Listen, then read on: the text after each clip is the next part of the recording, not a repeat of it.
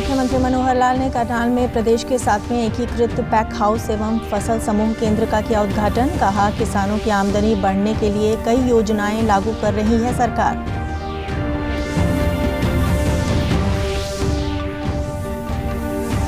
उप मुख्यमंत्री दुष्यंत चौटाला ने कहा, न्यायालय का निर्णय आने के उपरांत करवाए जाएंगे पंचायती राज संस्थाओं के चुनाव।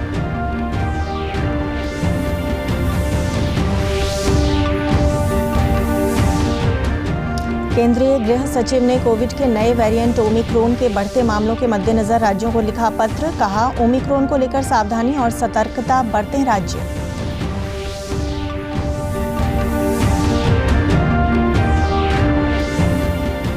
और अंबाला जिले में 100% पात्र व्यक्तियों को लगाई जा चुकी है कोरोना रोधी टीके की दोनों खुराक। गुरुग्राम के बाद इस उपलब्धि को हासिल करने वाला प्रदेश का दूसरा जिला बना अंबाला।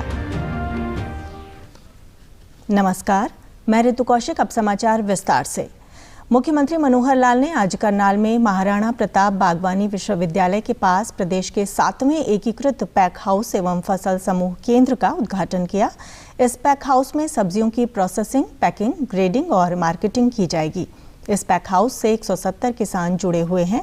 कार्यक्रम में मुख्यमंत्री ने कहा कि प्रदेश में 50 पैक हाउस और बनाए जाएंगे। हम हर व्यक्ति की आमदनी बढ़ाने पर काम कर रहे हैं, चाहे वो आम आदमी हो या फिर किसान। मुख्यमंत्री ने कार्यक्रम में प्रगतिशील किसानों के लिए 2 पोर्टल भी लॉन्च किए। कम कोल्ड स्टोरेज और कम प्रोसेसिंग सेंटर ऐसा प्रोजेक्ट है जिस पर लगभग 5.5 करोड़ रुपए की लागत इसमें आई है।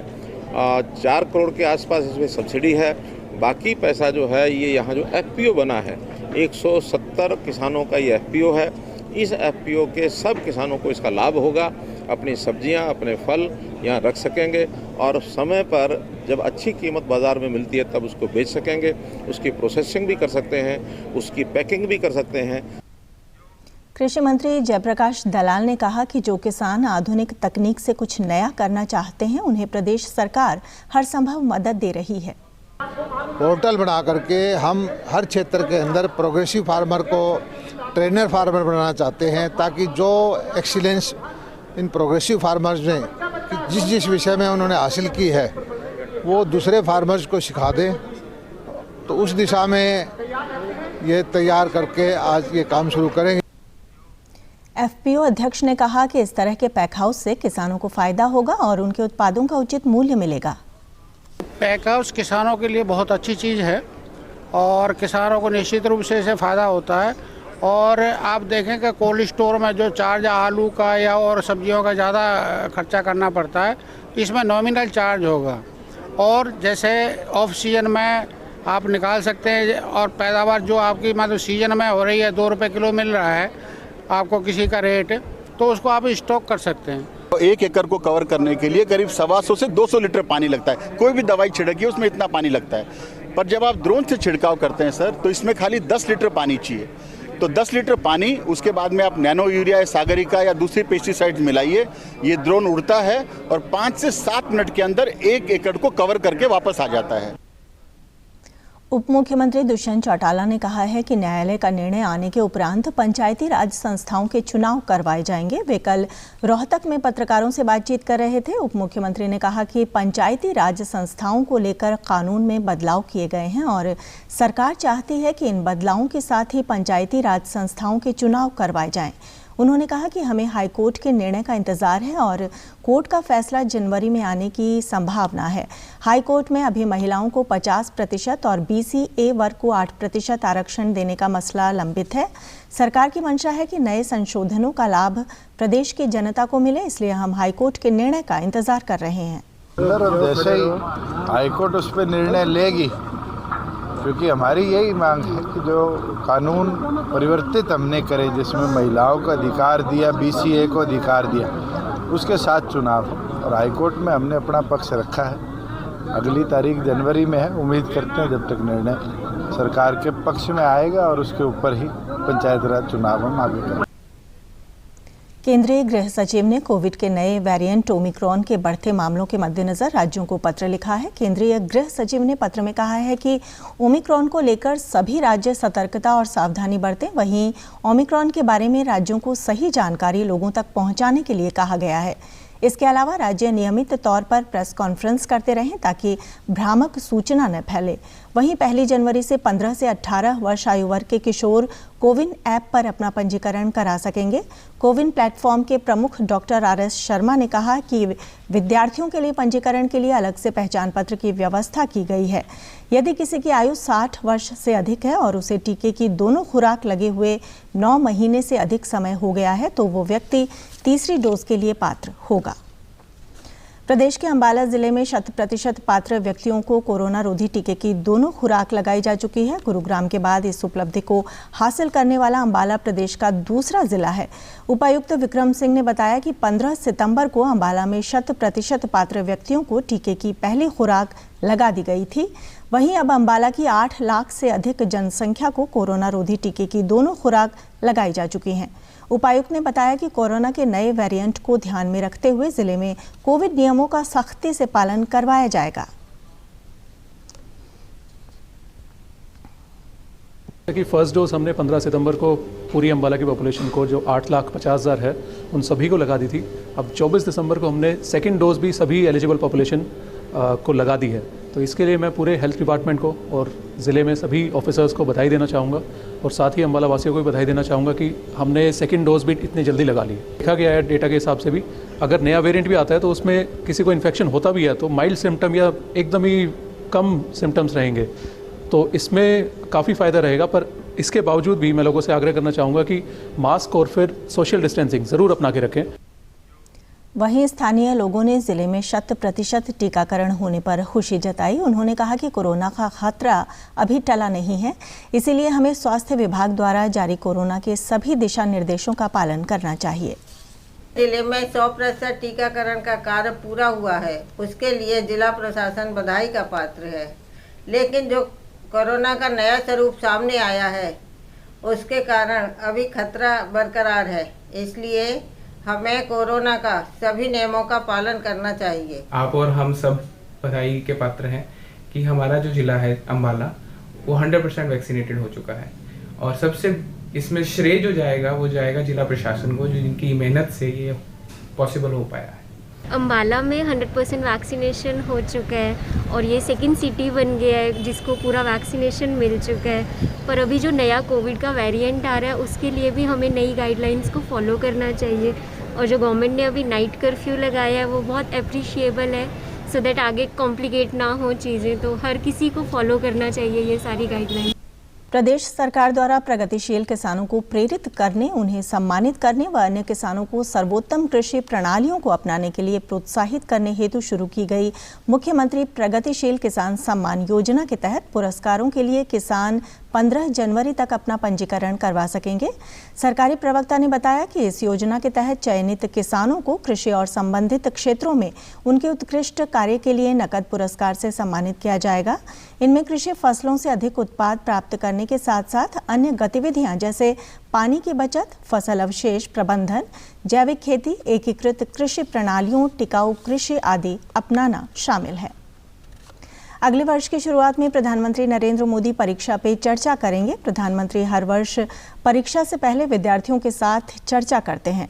परीक्षा पे चर्चा के लिए पंजीकरण कल से mygov.in पर शुरू होगा, जो 20 जनवरी तक चलेगा।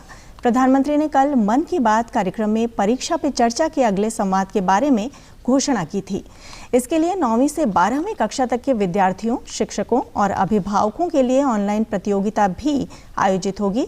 कार्यक्रम के तहत परीक्षा, करियर, सफलता और विद्यार्थी जीवन से जुड़े अनेक पहलुओं पर मंथन किया जाएगा। पलवल जिले में बारिश के कारण सर्दी में बढ़ोतरी होने से फसलों को काफ़ी लाभ पहुंचा है। इससे किसानों के चेहरे खिले हुए हैं।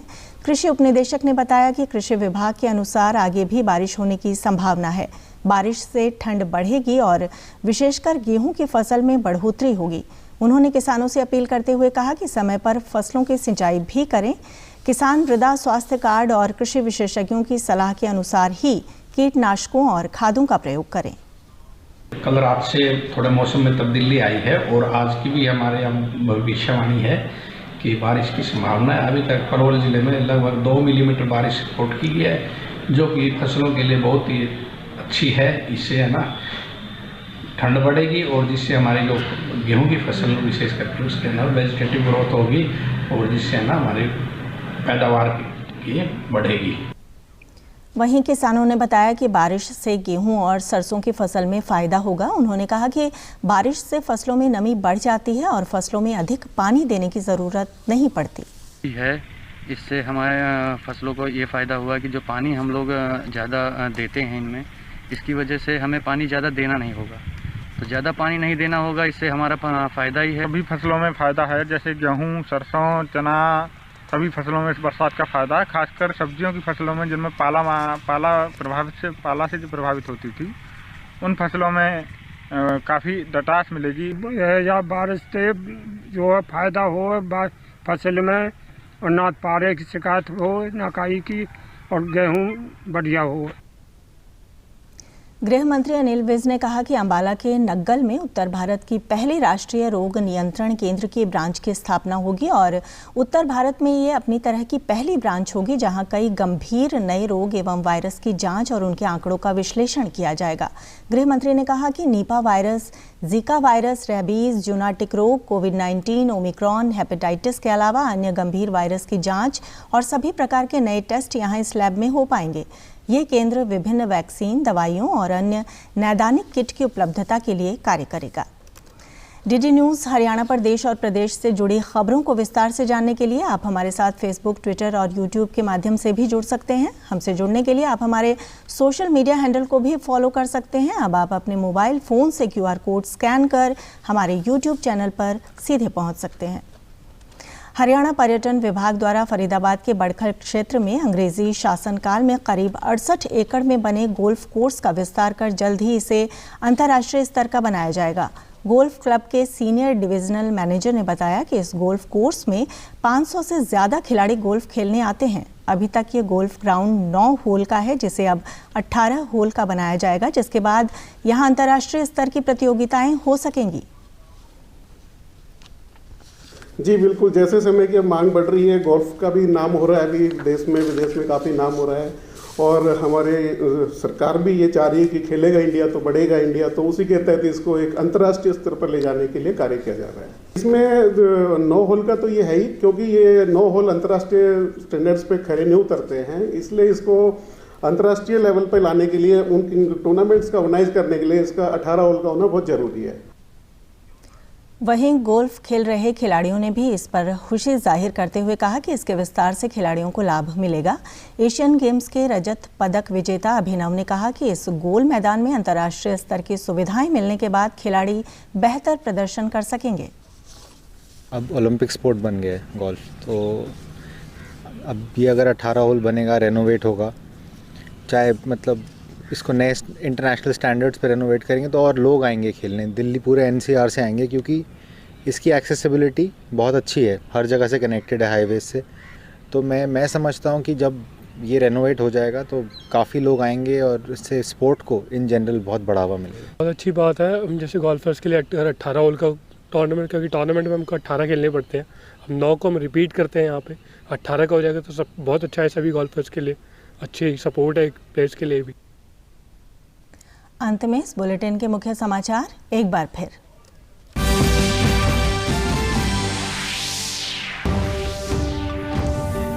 मुख्यमंत्री मनोहर लाल ने करनाल में प्रदेश के 7वें एकीकृत पैक हाउस एवं फसल समूह केंद्र का किया उद्घाटन। कहा, किसानों की आमदनी बढ़ाने के लिए कई योजनाएं लागू कर रही है सरकार। उप मुख्यमंत्री दुष्यंत चौटाला ने कहा, न्यायालय का निर्णय आने के उपरांत करवाए जाएंगे पंचायती राज संस्थाओं के चुनाव।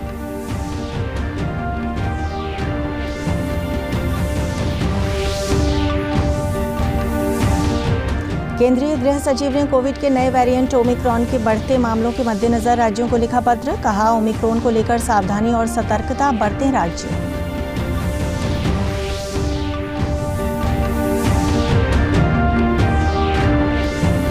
और अंबाला जिले में 100% पात्र व्यक्तियों को लगाई जा चुकी है कोरोना रोधी टीके की दोनों खुराक। गुरुग्राम के बाद इस उपलब्धि को हासिल करने वाला प्रदेश का दूसरा जिला बना अंबाला। सभी दर्शकों से अपील है कि आप जब भी घर से बाहर निकलें तब मास्क जरूर पहनें। 2 गज की दूरी बनाए रखें और एक नियमित अंतराल पर अपने हाथ धोते रहें। और अगर आप पात्र हैं तो टीकाकरण अवश्य करवाएं, तभी आप कोरोना महामारी से बच सकते हैं। आज के बुलेटिन में बस इतना ही। नमस्कार।